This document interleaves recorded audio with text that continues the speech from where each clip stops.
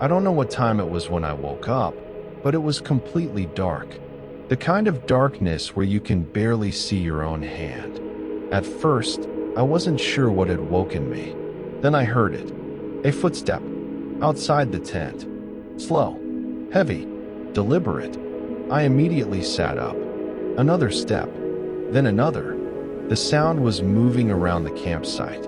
For the next few minutes, I listened without making a sound. The footsteps continued.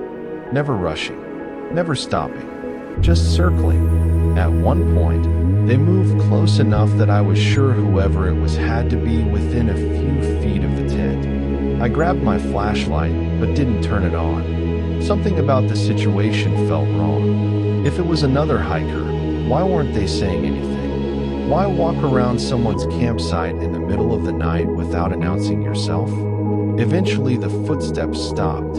I waited. Nothing. Then I heard the whistle again. This time it sounded much closer. Close enough that it could have been coming from the edge of the campsite. Every instinct told me to stay inside the tent. So I did. About 10 minutes later, curiosity got the better of me. I unzipped the tent as quietly as possible and shined my flashlight into the trees. Nothing. No person. No movement. Just rows of dark trees reflecting the beam. Then I noticed something. About 30 feet away, one of the trees had fresh scratches running down the bark. Long scratches, much higher than they should have been. At first I thought they were old marks. Then the flashlight caught the exposed wood. They were fresh. The bark was still hanging loose, like they had been made only minutes earlier. I stared at them for a few seconds before sweeping the flashlight farther into the trees. And for a moment, I thought I saw something move behind one of the trunks. Not clearly. Just a dark shape shifting out of sight. When I pointed the beam directly at it, there was nothing there. I went back into the tent immediately. That's when I noticed something I hadn't seen before. The footsteps had left marks in the dirt around the campsite. About an hour into the hike, I reached a section of trail with enough signal to check my phone. Out of curiosity, I searched the name of the trail on a local hiking forum. One post immediately caught my attention. It had been written only a few months earlier. The person described hearing whistles outside their campsite, then footsteps circling their tent, then strange tracks around the camp the next morning. Almost exactly what had happened to me. I kept reading.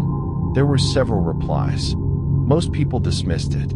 A few claimed they had experienced something similar. Then I reached the final comment. It had been posted by another hiker a few weeks later. The comment was only one sentence long. If you hear the whistle, don't whistle back. I remember staring at that sentence for a long time, because there was no reason it should have bothered me. I never told anyone about the whistle. Not the forum, not the other hikers, not anyone. And then I remembered something that made my stomach drop. The night before, when I heard the second whistle from the trees, I had answered it. Not intentionally. I had been sitting by the fire absent-mindedly, whistling the same tune to myself earlier that evening. The exact same whistle I heard later from the woods. I closed the page and left. I've never gone back to that trail. Maybe there is a perfectly normal explanation for what happened. Maybe there always was. But I still think about those tracks.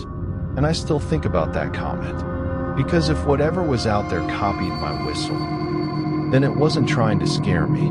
It was trying to get me to answer. And somehow, that feels a lot worse.